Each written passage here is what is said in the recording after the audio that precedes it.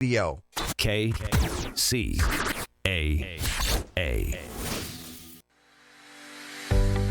Are you ready for a new experience? To see life from another point of view? New hope, new expression, new joy. This is your radio hour. Welcome to Viewpoint with Father John. And welcome, friends. You're tuned to NBC Radio, KCAA, 1050 AM, 102.3 FM, 106.5 FM, or you can listen from anywhere around the world at kcaaradio.com. This is Viewpoint with Father John, and I am your host, Father John Reed. By the way, you can follow us on Instagram and Facebook, either or. Just look for Viewpoint with Father John, and if you miss an episode, you can go to YouTube and in the search bar put Viewpoint with Father John, KCAA, and you'll get almost 4 years of That's incredible. shows. And yes, I know I'm behind 2 shows putting them up there, and I'll get them before the weekend's up, folks, I promise. It's just, it's been crazy around the place, and I've been having my dementia moments. So, also, if you want to follow me on Twitter, it's at Father John Reed. Father is spelled out, and Reed is a proper Irish R-E-I-D. All of God's children are endowed with extraordinary purpose and ability. I'm on a quest to help as many as possible in fully realizing their divinely inspired potential.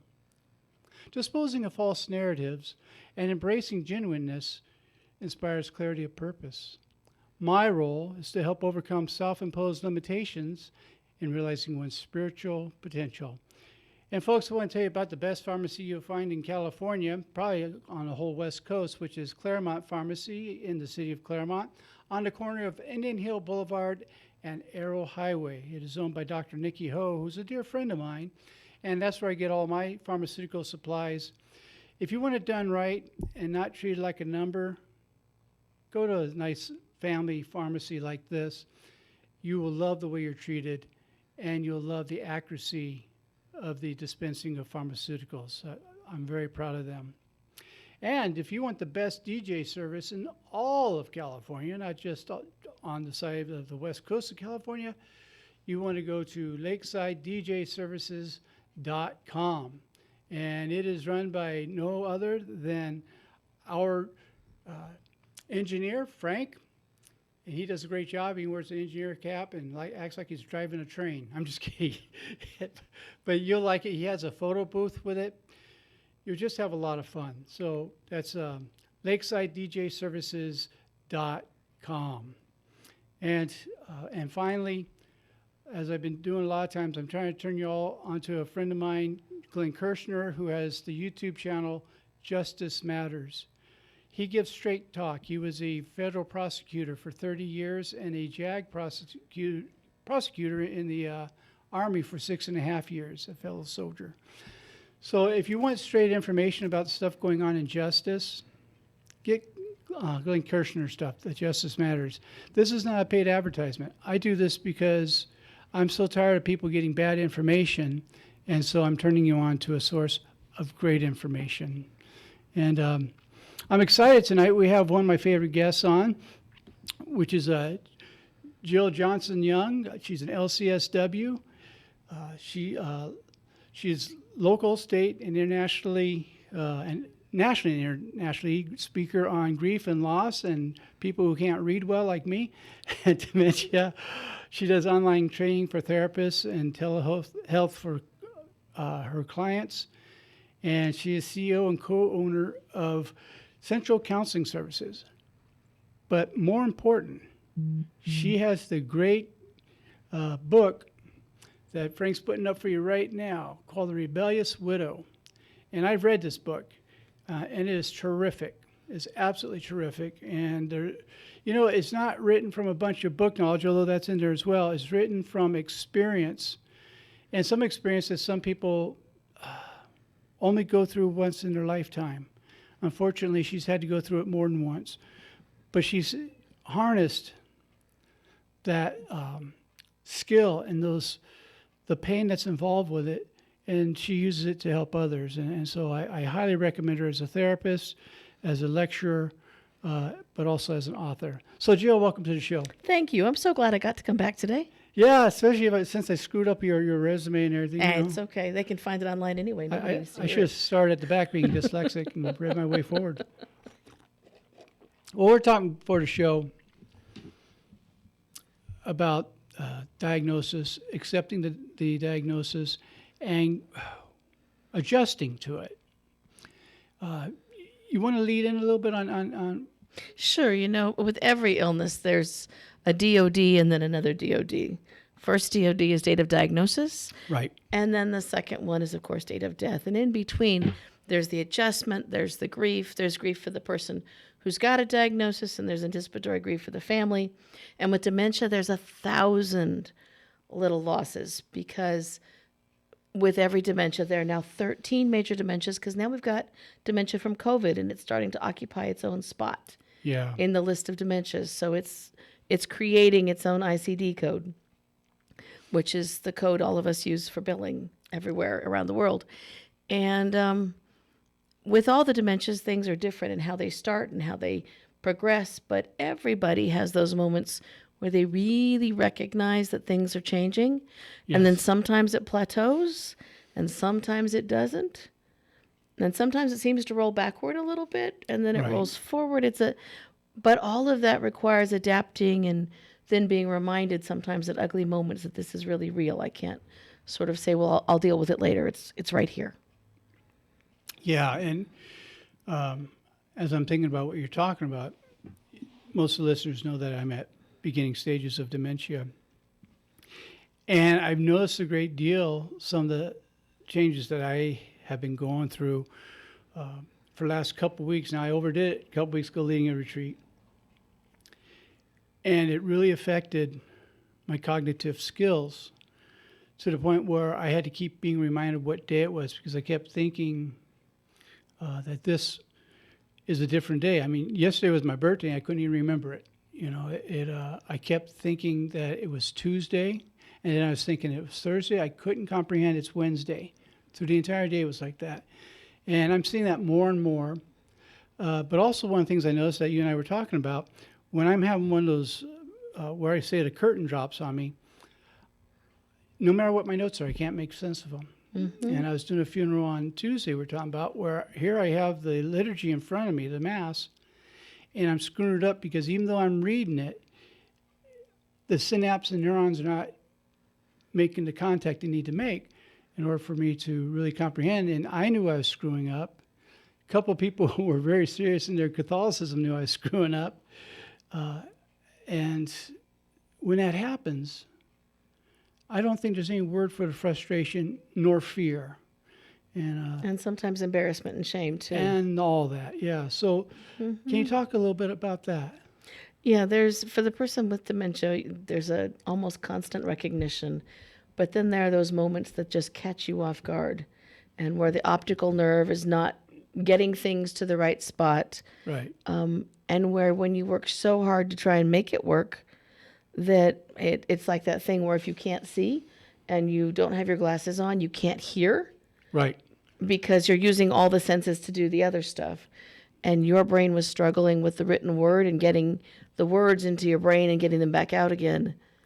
And that's scary and terrifying. And then you wonder, am I going to get back out of this? Right. And typically there's bits of that are jarring for years, maybe months. But it is frightening. I remember seeing that in my second wife. She would have those moments where she couldn't remember. While she was still working, she would call and ask me how to spell certain medications. Right. Or words. Yep.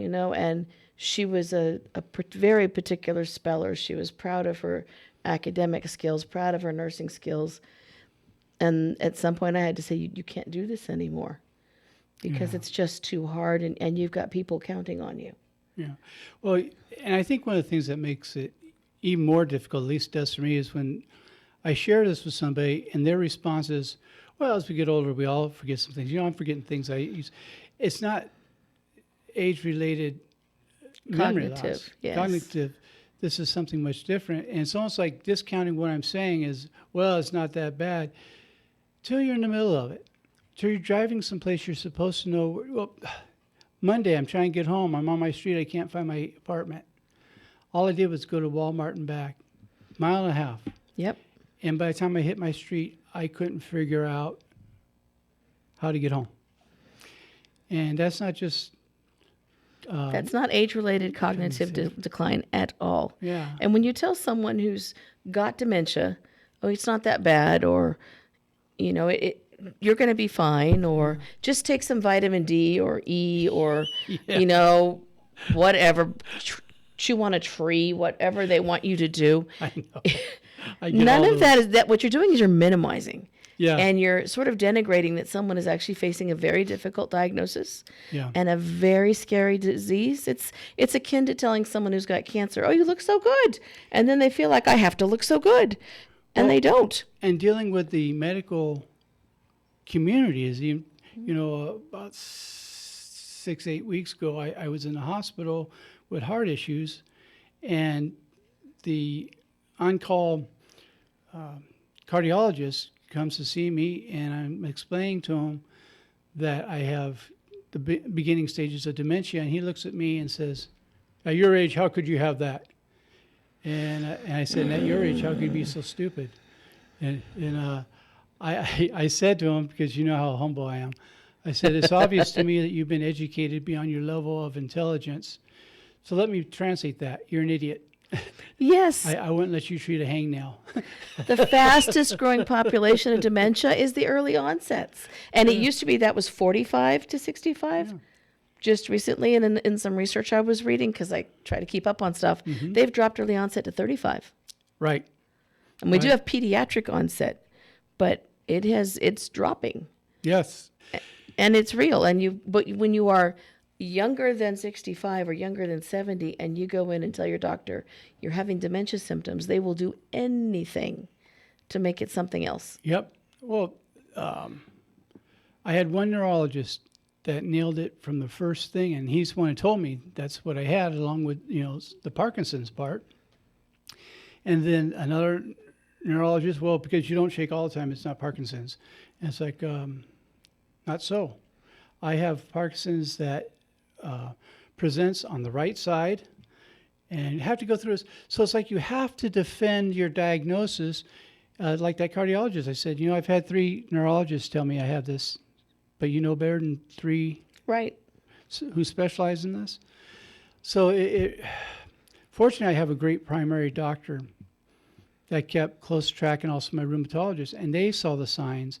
And so when the one rheumatologist gave his opinion, neither one were surprised. They said, yeah, we thought that's what it was. That's why we wanted to get you over there. You're very fortunate, because people who have early onset are frequently made to feel stupid or lazy.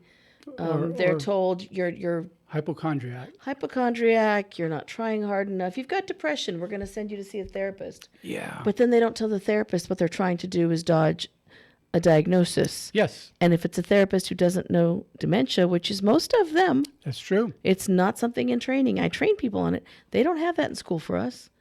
No, and I'm not a specialist on that. So I try to have a list, like you'd be somebody I'd send people to, because I believe in staying in what you know. Stay in your corner, and if somebody Stay in calls your me and lane. wants help with a divorce, my staff will say, you don't want to see Jill for divorce. She will get you divorced. She does not do couples counseling. Don't see her. Yeah. I've trained them to say that. Yeah. Oh, but it's good. And when I have someone, I just did an intake a couple of days ago, and I explained to them, look, I don't specialize in everything. So what we're doing right now is seeing is if I'm able to help you. If so, I'll take on your case. If not, I will give you the number of 3 different therapists where you get a call, because you deserve to have the best. And I said, and if any therapist says they handle everything, get away from them. Run. Right. If you're looking them up online and they've got 22 boxes checked, Yep, they're a specialist in none. exactly. Well, we're coming up on our first commercial break, and so at least my cognitive skills remembered that. And so you're listening to Viewpoint with Father John on NBC Radio, KCAA. I'll be back in 90 seconds.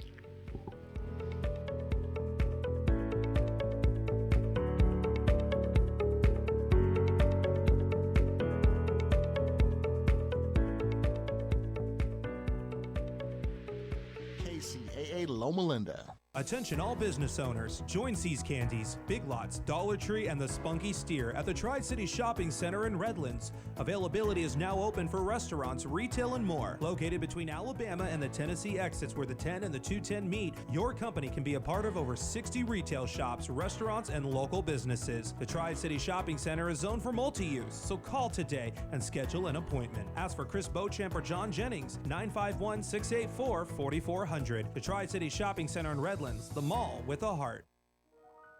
The loss of a loved one is one of the most challenging experiences in a person's life. It's hard to know where to turn to make your loved one's final arrangements. Jesse Ruiz at Personal Funeral Planning in Ontario will treat you and your loved one with the respect you deserve. Jesse served in the Marine Corps in Desert Storm and understands what it takes to provide loyal, personalized, and empathetic service to those who need it most.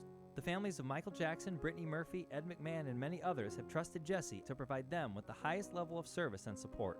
To work with Jesse, call 909-762-4027, 909-762-4027, or visit their website, www.4pfp.org, www.4pfp as in personalfuneralplanning.org. Jesse Ruiz and Personal Funeral Planning, veteran-owned and operated, helping you plan a personal, lasting tribute for your loved one. www.4pfp.org. KCAA.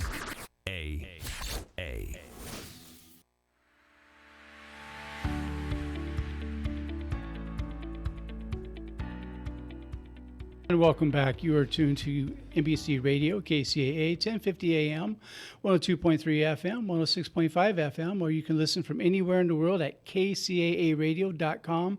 This is Viewpoint with Father John. I am your host, Father John Reed. And, you know, I'm always excited to have this great host, which is Jill Johnson Young. She's a LCSW and author of the book, The Rebellious Widow, which, as I said earlier, is a fabulous book. I've read it myself. And I don't recommend any book I haven't first read, and that's why a lot of you trust me. It's because, you know, I don't, if I don't like a book, I don't pretend I did. This was a well-written book and very helpful. And I've had some of my counseling clients read it because some are dealing with chronic illness and end-stage problems. I'm so glad. Thank you for that. No, you're welcome. I find it a great help, particularly the things to do, such as the folder with the different things marked out. Mm-hmm. And you can get that on my therebelliouswidow.com. It's free. Yes. Because I'm still a social worker. You can download the whole thing. There you go. Right. See, she's social the way she works. I so am. No extra charge for that, kids. So, you got all with your e-ticket ride. So I try.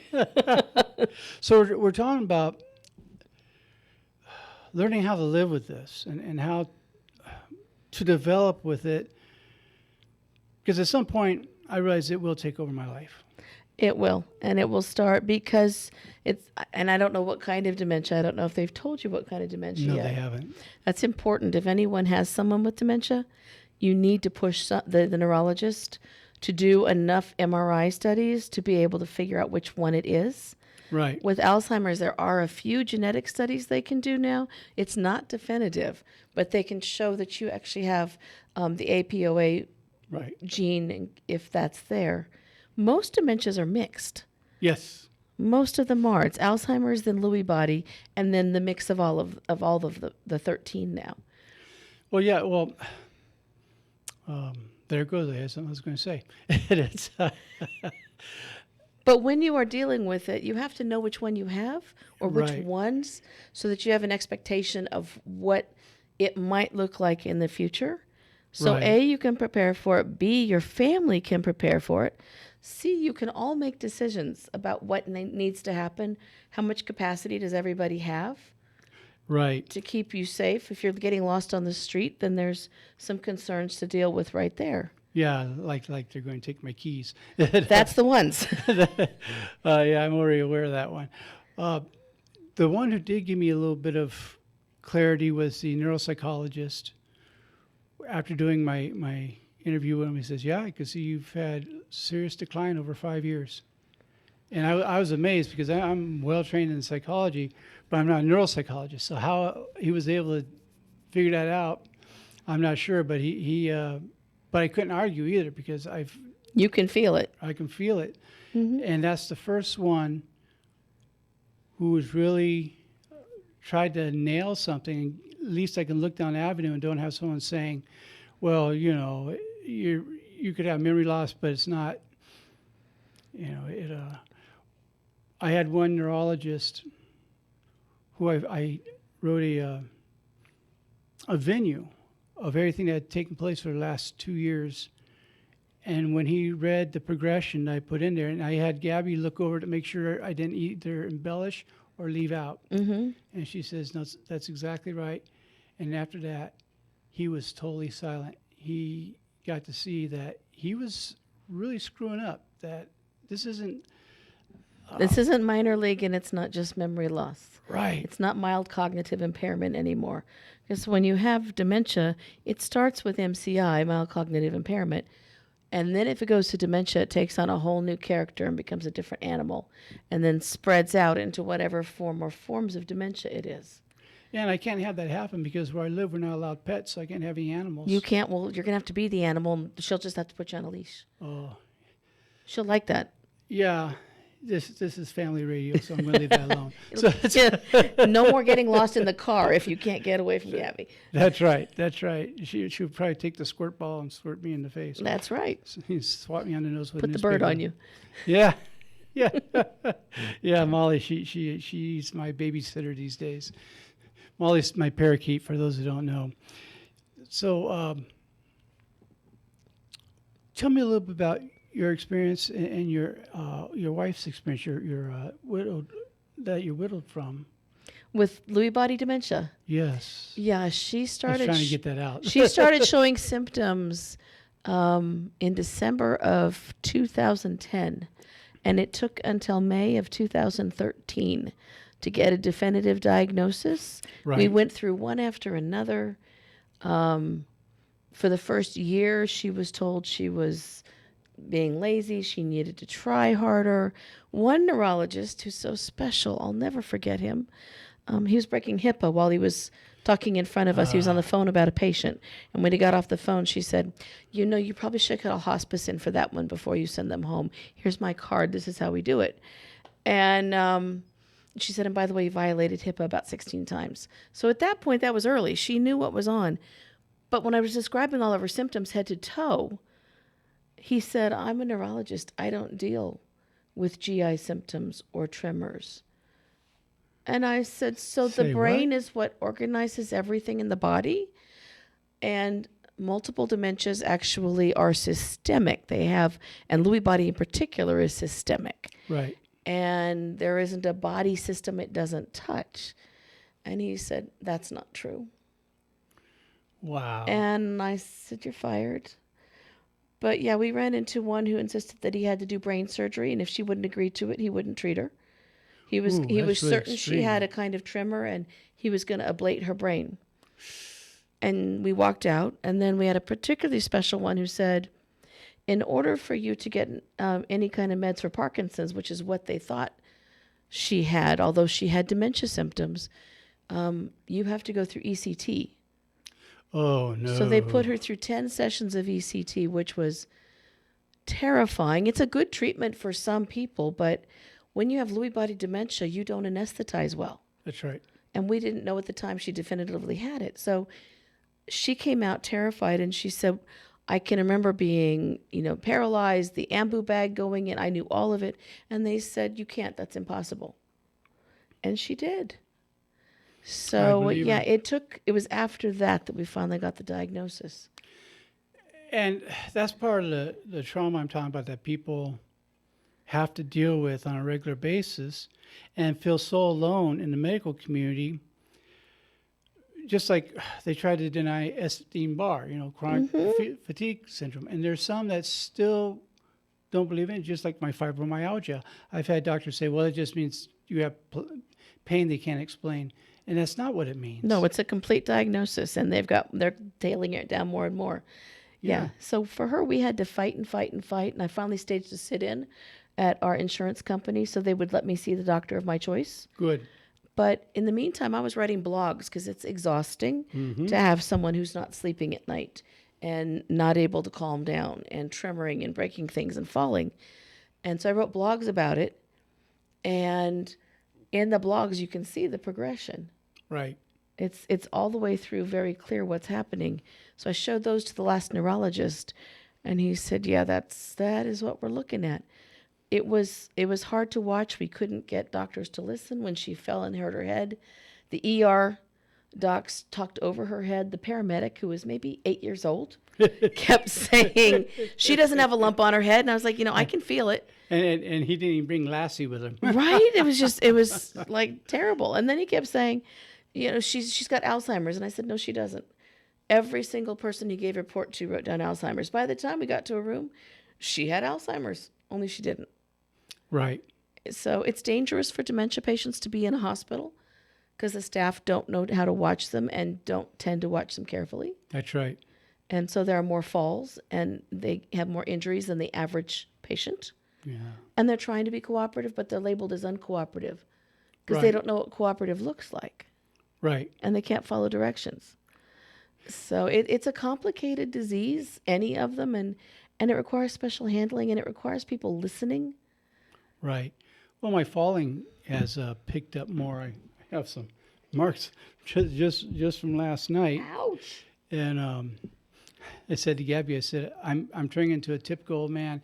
I have cuts I can't figure out where I got them from and bumping into stuff. You're a bad weeble. You do fall down. Yeah, I'm not good at that. I've had to go back to using my cane. I was so proud of it for a long time. I wasn't able to, but now with all the stuff I have, I'm no longer allowed to do push-ups. I had to cut down on the walking because of the other stuff, because it's also affecting my heart now. Oh, yeah. And so, I just had heart surgery about 8 weeks ago, Frank. Is that right? Yeah, he's nodding at me through the window. And they found that you had one. Yes. That was good. I made him take a picture to Okay, just So checking. I keep the two in my wallet that I'm vaccinated, and I have a heart. There you go. They even gave me a special little bracelet. Isn't that beauty? Oh, I like that. Yeah. So So Yeah. you're using your cane more. using the cane more. It's in the car right now because I had too much to bring in the studio tonight, but Can you hear my eyes roll? it's affecting my hearing. Don't look at me in that people tone of with voice. dementia really do. Dementia causes vision loss.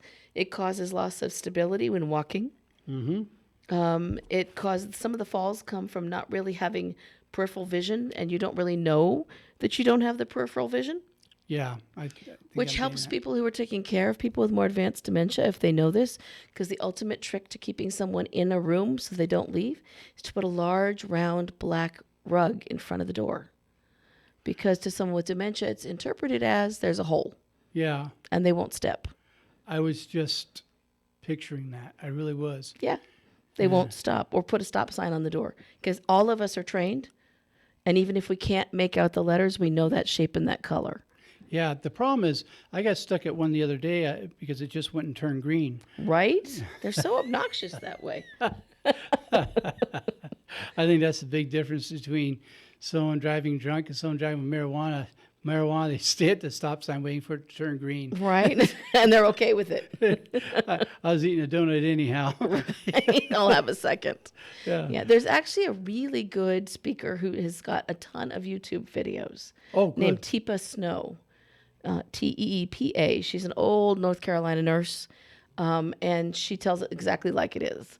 But it's really good for folks who are developing dementia and for their families to learn how to handle what problems as they come up and crises as they come up. Right. They're not long, they're not belabored, they're just as blunt as can be. Right. And I love that about her. Did she also, your wife, did she go through where she'd be lucid and then be like a curtain fall, and that's just gone? Yes, and then she would have hallucinations because she had Lewy body. Lewy body comes with hallucinations from the very beginning. You start with Parkinsonism and hallucinations at the same time, which is exactly what happened. It was a sudden onset. And so she would become hallucinatory. We got lots of messages from Jethro on NCIS, Okay. and we had to listen to him in the morning so we knew what the rules were. Right. And if we had a nurse in the house, they had to listen to, and if they didn't, she'd get super pissed off. So, I and she'd understand. hallucinate, and then she'd come back. But I understand that because in the early days, I was a big fan of NCIS. Try watching again. Let's see what happens. Yeah, Right? no So kidding. yeah, she would. We went to Toyota one time, and she was stressed a little bit, and she went into hallucination, and she kept insisting that her parents had left, and she had caused them to leave, and she didn't know where her monkey was. And I'm thinking, how do I make sense of this? So I texted her sister, and I said, "Monkey?" And she said, "Oh yeah, she had a pet monkey." Like, how in North Carolina in 1960 did she have a pet monkey? But she did. And yes, the parents did move away without her. And so she was bringing actual childhood Reverting. trauma and a young adult trauma, and it was there, and she was present. And then she eventually snapped out of it, and she said, "I did it again, didn't I?" Yeah. Because she could remember all of it. Louis is particularly terrible with that. Oh my goodness. I can't even put into words how traumatic that had to be. You know, and the fact that you realize you're doing this, that you're going in and out, and you're powerless over it. The thing with Louis is you never totally lose your memory. So you may be bedbound, but as long as you're still verbal, you're still present. So that's very different from most of the other dementias. Well, Gabby says as long as I'm verbal, she'll keep smacking me. Absolutely. Duct tape works well too. Yeah. Well, she went all out and got the gorilla now. She says, you have a hairy face, you should have a hairy tape. You're going to be gorilla glued. Yeah, I can't even talk tonight. Yeah, that's okay. Works out well. So, when you've been on the show before, one of the things you talked about that I think is important with what we're talking about tonight is the ability to fire doctors. That you don't have to 100%. stick with a bad doctor that doesn't listen, that doesn't who thinks that they have one up on God. Or who won't tell you a diagnosis. Right. Because 50% of the doctors in the United States will not tell the patient or the family that they have dementia. And when they're asked about why in these massive surveys, they say, because it makes us look hopeless and helpless. And so when you do that, then you make the patient hopeless because they think that they're making this up, or their family does, and helpless because they don't have time to make the decisions they need to make. Right. If you have a doctor who won't say what they think is wrong, book out of there and go find a new doctor. Exactly. Doctors, if you're listening, tell them the diagnosis. I agree totally. Yeah. Because you're Well- taking away the right of free agency for the patient. Well, it's like a lot of people get Graves' disease. They don't tell them till it's almost end stage, where you have to do it by surgery or radiation treatment, when early on you could have handled a lot of it with lifestyle changes and finding out what these stresses are, which is causing the fight or flight to come up so much till it gets stuck on. You know, We take away from patients when we don't tell them what they're dealing with, and they don't get to decide what they need to do. We Right. also take away their dignity when we tell a dementia patient that, I'm using the word patient because it's medical model right now. No, But, I agree. when we tell a dementia patient and the family, well, you need to do more to keep their mind stimulated. They need to do more crossword puzzles. They need to do those things with the numbers in the boxes that I can't even name because I can't stand that game because I don't do numbers well. They need to have more green stuff or do this more. If dementia is in their brain, it's already there. Right. Stop telling them that they should do more of something, because then what you're doing to them is blaming them for their disease process.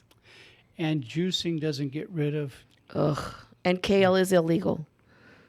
Just saying. It should be if it's not. Right?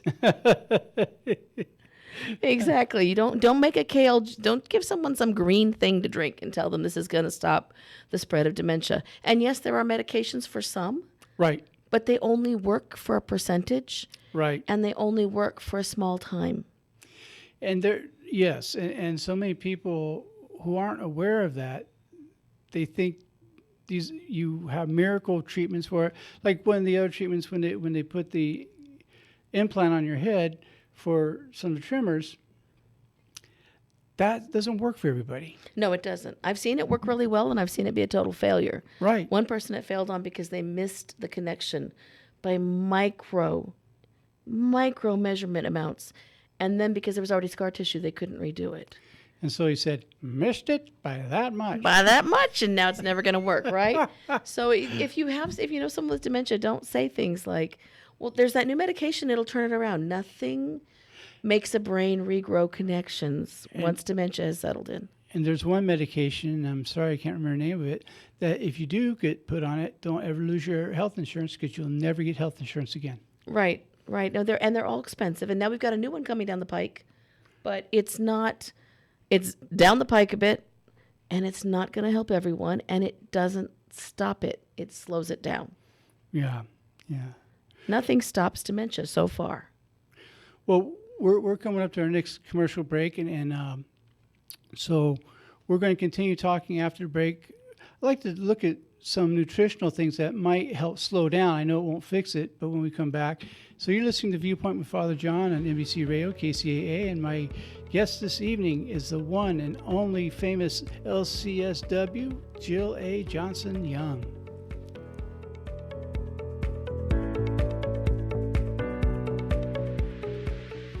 All business owners, join C's Candies, Big Lots, Dollar Tree, and the Spunky Steer at the Tri-City Shopping Center in Redlands. Availability is now open for restaurants, retail, and more. Located between Alabama and the Tennessee exits where the 10 and the 210 meet, your company can be a part of over 60 retail shops, restaurants, and local businesses. The Tri-City Shopping Center is zoned for multi-use, so call today and schedule an appointment. Ask for Chris Beauchamp or John Jennings, 951-684-4400. The Tri-City Shopping Center in Redlands, the mall with a heart. The loss of a loved one is one of the most challenging experiences in a person's life. It's hard to know where to turn to make your loved one's final arrangements. Jesse Ruiz at Personal Funeral Planning in Ontario will treat you and your loved one with the respect you deserve. Jesse served in the Marine Corps in Desert Storm and understands what it takes to provide loyal, personalized, and empathetic service to those who need it most. The families of Michael Jackson, Brittany Murphy, Ed McMahon, and many others have trusted Jesse to provide them with the highest level of service and support. To work with Jesse, call 909-762-4027, 909-762-4027, or visit their website, www.4pfp.org, www.4pfp as in personalfuneralplanning.org. Jesse Ruiz and Personal Funeral Planning, veteran-owned and operated, helping you plan a personal, lasting tribute for your loved one. www.4pfp.org. KCAA.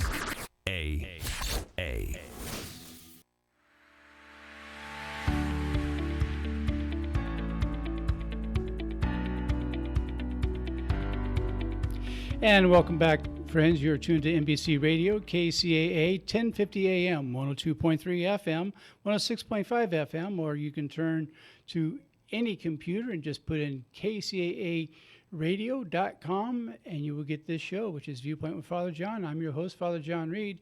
And by the way, if you have a special event coming up, I really want to suggest that you call Frank at lakesidedjservices.com. I guess you'd have to email him. Email him there. I'm an old guy. What do you want? I still look for phone booths. So, I saw one the other day. I was so excited. But he also has a photo booth. So if you want that for your wedding or bar mitzvah, whatever you want, it's good stuff. And so I highly recommend it. You know what a good job he does for the show. He'll do even better for your event. My guest this evening is Jill Johnson Young.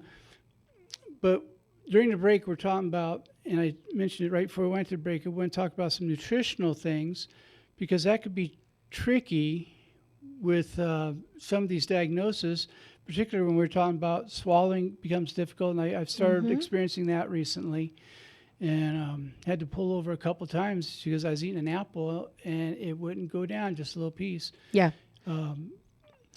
And so what are some do's and don'ts nutritionally that you would recommend? So I was actually able to facilitate a program with some doctors from UCLA, USC, and UCR a couple of years ago about dementia. And somebody, raised their hand. Well, I'm told that if you use coconut oil, that it will help regrow the brain. And he laughed and he said, the only reason to use coconut oil is to give your person with dementia heart failure so they don't have to go as long with dementia. And he said, or put it on the ground if you want them to fall. But otherwise, no to the coconut oil. And I'm not claiming to be a nutritionist, but that's what I'm hearing. Right. And of course, you want people to have all the right vitamins, and you want to make sure their vitamin levels are at good levels, because everyone suffers when their B's and D's and E's and all those things are down. Right. Right? But you also want to make sure those choking hazards are monitored. And it's hard for people with dementia to eat because they forget how to use silverware. And they also, the plate looks scary because one big plate of food, especially where food blends into it, looks like too much, and that will shut them down because of that vision thing, and they will just not eat at all. And so I run a dementia support group on the third Saturday of every month, Riverside Third Saturday Dementia Support Group on Facebook. And one of the things we suggest is either divided, IKEA and several places make these divided plates that are brightly colored, Okay. or multiple little plates like kids' plates that won't get knocked off the table and won't break if they do. And then you put finger foods. Right. That way somebody doesn't lose their dignity by trying to figure out how to use silverware, and they don't lose their dignity by someone reaching over and Right. cutting for them, Oh, yeah. right? But you also have, if someone is starting to choke or pocketing is when somebody eats some and then they keep it in their cheek. Right. That's more advanced dementia, but it is a thing. Then when they lay back down, they choke Right. and end up with aspiration pneumonia. So eating in itself, and drinking, because someone with dementia can choke on saliva. Right.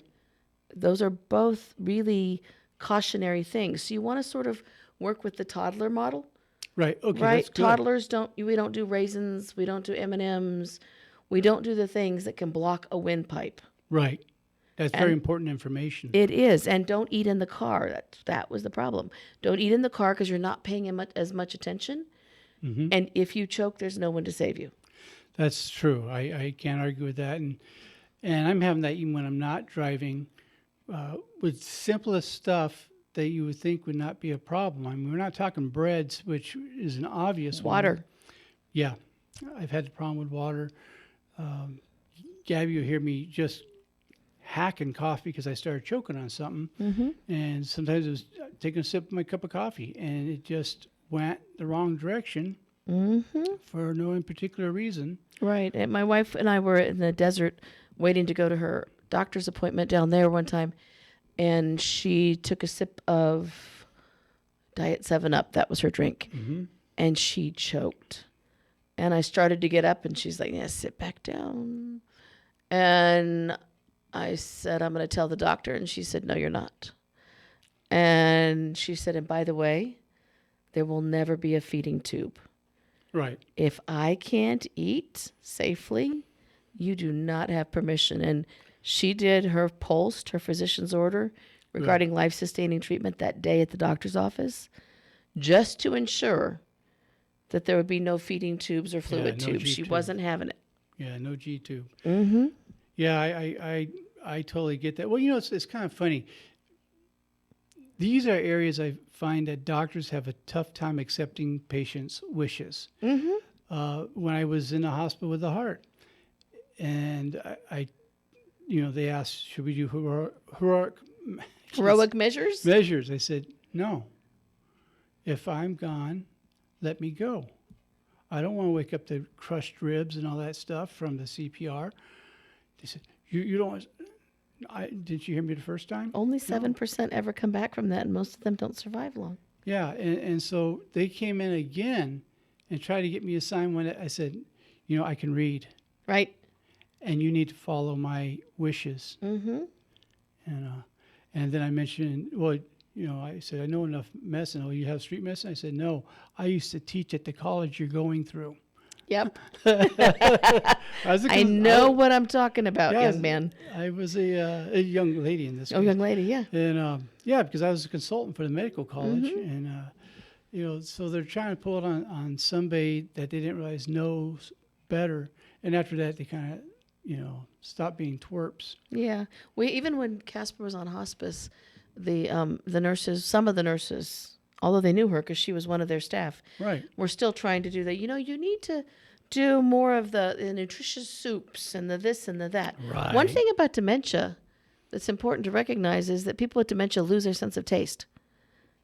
which is when they first started talking about, and I experienced with COVID, Right. you lose your sense of taste, except for a little bit of salty and a little bit of sweet, nothing else. Yep. That's dementia. If you go to a Parkinson's support meeting and they serve snacks, there's usually a sweet snack table and a regular snack table. And when it's snack time, the people with Parky, all the Parkies are over at that table, and it's wiped out in 2.2 seconds because they can taste it. Right. Because otherwise, everything tastes like wallpaper paste. Yeah. Right? That's about right. Like shrimp with no flavor. That's kind of ew. Well, yeah, and I've gotten hooked on these little blueberry cookies that are actually pretty good for you. And yeah, Frank just polished off a pack in there. I brought them, and but it has real blueberries and stuff. And it's just, I can taste the blueberry. Right. The rest of the cookie I can't really get, but the blueberry I can taste. And that's why people with dementia, especially if they're already choking, are going to be more prone to the ice creams and the yogurts and, the popsicles and things. Right. And sometimes people will say, but you need to get a fully rounded diet. Dementia is a terminal illness. Right. And I really feel terrible saying that in front of you, but I know that you're very realistic and you get this. Yeah. But it's a terminal illness. And so if we could stop, with we got to plan for making this last longer and last longer. If someone with dementia has a choice, they will eat all the bad for them sweet foods and enjoy what they've got. Well, in the last year, I've lost 60 pounds. Wow. And a number of them just within the last few weeks. I mean, none of my pants fit anymore because I've lost that much weight. And it wasn't from trying. I'm lucky if I can eat a couple of apples a day because one, nothing sounds good. And I've reached a point where my stomach's always upset. Mm-hmm. And so did you go through that? We went through all of that. We did. It was hard to get Casper to eat. It's hard to get my mom to eat. She has dementia now. Yeah. I went with some frozen meals that are delivered and they're healthy and nutritious and no salt and blah, blah, blah, blah. And she would humor me and eat like 4 bites. And then I'd make sure that there were like 6 containers of ice cream in the freezer. Oh. And one disappears every night. But she's maintaining her weight. She's comfortable. That's what appeals to her. And then she'll sometimes eat an egg or something. Casper had a great deal of difficulty finding anything that sounded good. She couldn't remember the name of the foods that she liked. Yeah. And then when there were things that she really liked, she couldn't remember how to make them. Now, she was a cook. She was an old Southern cook. She could make a butterfly pork chop and do the whole buttermilk dip and all the stuff. There was a feast every Sunday. Yeah. She couldn't remember how to make the recipes. Yeah, the reason I'm looking at you the way I am is because I do most of the housekeeping at the house because I that's where my office is, and I've had great trouble the last couple of months that I can't remember how to clean things. Yeah. And I can run the vacuum okay, take out the trash okay, but going around and figuring out, put this here, put that, I'm losing that ability. And it's frustrating and it's embarrassing because the place looks messy and normally I keep a pretty decent place and it's got to the point where it's really difficult. So sometimes it's important to start waving the white flag and saying, you know what, be good if we had a housekeeper once a week who could pick up after everybody, so it's not stressful for everyone. Yeah, if we could afford it. Right, exactly. But Ask that's a one good of the idea. friends, because it's when someone in a village has an illness, that's when people say, how can I help? Right. And Right. one of the ways to help is I need someone to come help me pick up or show me what needs to be picked up. I won't be insulted. I just need you not to embarrass me while you're doing it, because this is not something I can do alone anymore. Yeah, I've been wanting to mop the kitchen floor, and I get to do it, and I can't remember the combination I used because I'm very picky about clean floors, and I have a machine for it that someone gave me, and I couldn't even figure. Part of me knows how to do it, the other part can't. That's why God made Swiffers. I have a Swiffer You too. put that on the floor, you just pop that thing on the floor and run it around with your foot. Clean enough. Several times a day. Yeah, several times a day. No kidding. So where is there hope in any of this? Is there any hope?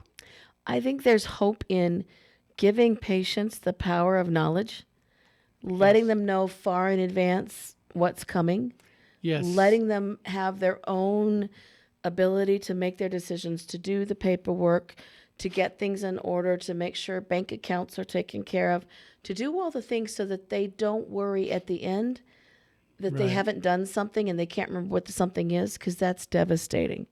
Yes. There's hope in that we can have that time then to say the things we need to the people we love, Right. and the people we love can start adapting to it. And instead of making it shameful, let's make it something we say, this is what's going on. You've done that with your show. You know, Father John has dementia developing. This is what's going on. If we could all do that, it wouldn't be that scary, secretive thing. Because with dementia, the biggest problem is patients who recognize they're having symptoms don't say anything for the first 2 years. Right. And that takes away all that time. And that means their family loses all that time. And Right. that's not fair. But it's Right. because we've made it this big, scary beast. Well, yeah, and reason I didn't say anything to Gabby right away is I wasn't sure how bad this was. But when I started getting lost going to a funeral home I went to all the time, and I was on the freeway and I couldn't figure out if I was on the correct freeway, which direction I'm supposed to go. When it happened the first time, I thought, oh, I must be overtired. But when it started happening consistently, I realized there was a problem. And that's when I said something to Gabby, and then I said something to my doctor. Yeah, and I'm glad you did. Very few people actually will. And then the family kind of tiptoes around because they don't want to hurt someone's feelings. Yeah. And it should be just, there's a problem, just like we do when it's flu or COVID or anything else. There's a problem, and we need to address it. And, you know, pancreatic cancer we can't cure either for the most part, but we say it out loud. Right. Right. And families need time also to find caregivers and get them in place, Yep. because caregiving is expensive and difficult and hard to find right now, right? Yes. Yes. And I think there's also hope in that we can know more about it, and we can communicate, and we can empower patients to fire the bad doctors, fire the bad hospices, and surround themselves with a village that is going to make them comfortable and safe. Right. Well, there's another thing. You know, we only have about 3 minutes I'm left. watching, yeah. One of the really bad advices of misinformation I've noticed that people give is of course, this must come from Facebook, I suspect.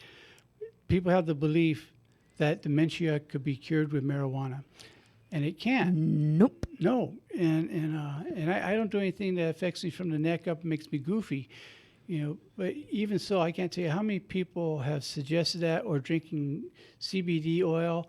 That That'll doesn't- make you sick to your stomach for sure. Yeah, no kidding. Yeah. Yeah. So you can't cure dementia with anything.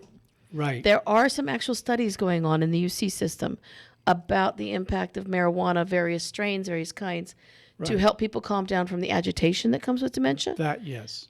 But so far, the research is scattered all over the place, and what they're finding is everybody's brain is different, Yes. and therefore everybody reacts differently. Well, I got excited when I found out they're also doing some stuff with magic mushrooms too. Yes, they are, and with ketamine. And again, everything is coming out unique to the person.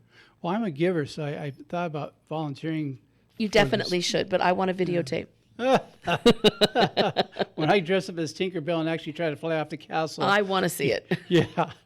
And I want you to have some mattresses there. When And I Frank's discover going to them play the fly. music And he's going to take the photo booth and and put it up there front, with you and yeah. the tutu in. Yes.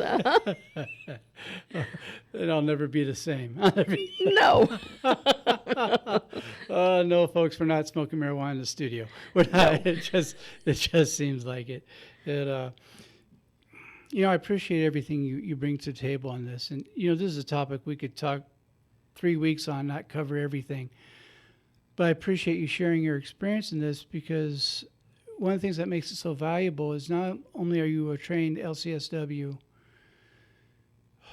you've walked this path. I have. And that makes all the difference in the world, because you can't learn a territory by reading a map. Right. And then I do facilitate the support group. So I've got families from all over the country who join us, and the struggles are so much the same no matter where you are. Right. Worse in Texas because it's Texas, but otherwise it's the same everywhere you go. Well, I heard that we're going toward Mexico, and when we win this time, we're making them take Texas back. Yeah, we better. Because we had people in that support group who didn't have power, and they were trying to keep their loved ones warm, but they're having to use fire. And fire plus dementia is not always a good idea. No, it's not. It's not. No. And yeah, it's important. And you have to, I'm finding that you have to baby-proof the house like you would 100%. Mm-hmm. Yeah. And the car. Yeah, if you got someone with dementia in the car and they're in the passenger seat, make sure that childproof lock is on. And I've already complained to the radio station that the changing table they have in the bathroom isn't big enough because I almost fell off it twice trying to change my diaper. Absolutely. And we'll get you the big boy pull-ups. Because I'm a big boy now. Well, look, we're at the end of the show. My guest this evening has been Jill Johnson-Young, an LCSW, practices in Riverside County. I highly recommend her. If anyone hasn't told you this week that they love you, let me be the first. And I look forward to being with you again next week on Viewpoint with Father John. God bless.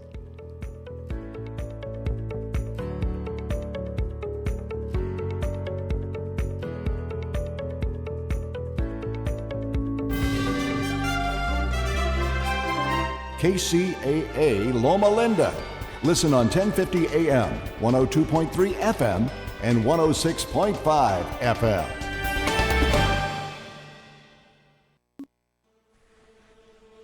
This episode of the House of Mystery is brought to you by Legacy Food Storage. The best way to protect your family is by being prepared. LegacyFoodStorage.com.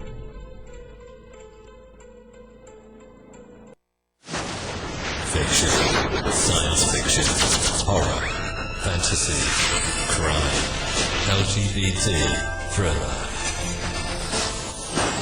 You have now entered the House of Mystery with your hosts, Eric Shapiro, David North Martino,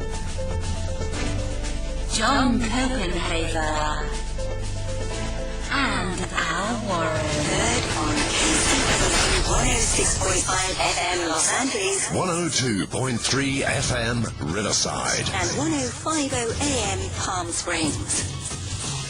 Quiet, numbskulls, I'm broadcasting. Okay, welcome back into the House of Mystery. And of course, I'm Al Warren. And on the other side of the country, I have Mr. David North Martino. Wow, you used my full name this time. Yeah, I thought I'd have respect. It's a respectful show today. That's right. I'm calling shotgun, right? Okay. Sitting next to you. Yeah, well, The other side of the world. Other side of the world, yeah, in the basement. Hey, so another day, and what's going on today? We have got a great guest, someone you've been a fan of. Yes, absolutely. Talk about her all the My time. area. Yeah, well, so there's got to be somebody that does something right in your area. So now she's written, this is her 14th book coming out, and it comes out on the 14th, and it's called Her Perfect Life.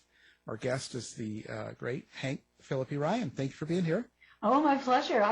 You two are quite the team, I have to say. It's really, I'm just sitting here laughing, listening to you both. Oh, and we're in the calm mode today. I'm in trouble. I am in trouble. We're in the let's behave ourselves, That'd be a first. Yeah, it would be. You're right. It would be. Yeah. Well, they don't have to cut too much out of the shows. I find this very interesting because you started out as kind of a reporter, right? Is that kind of what you did to begin with? Oh, golly, I'm still on the air on Channel 7 in Boston as an investigative reporter. But I did start out as kind of a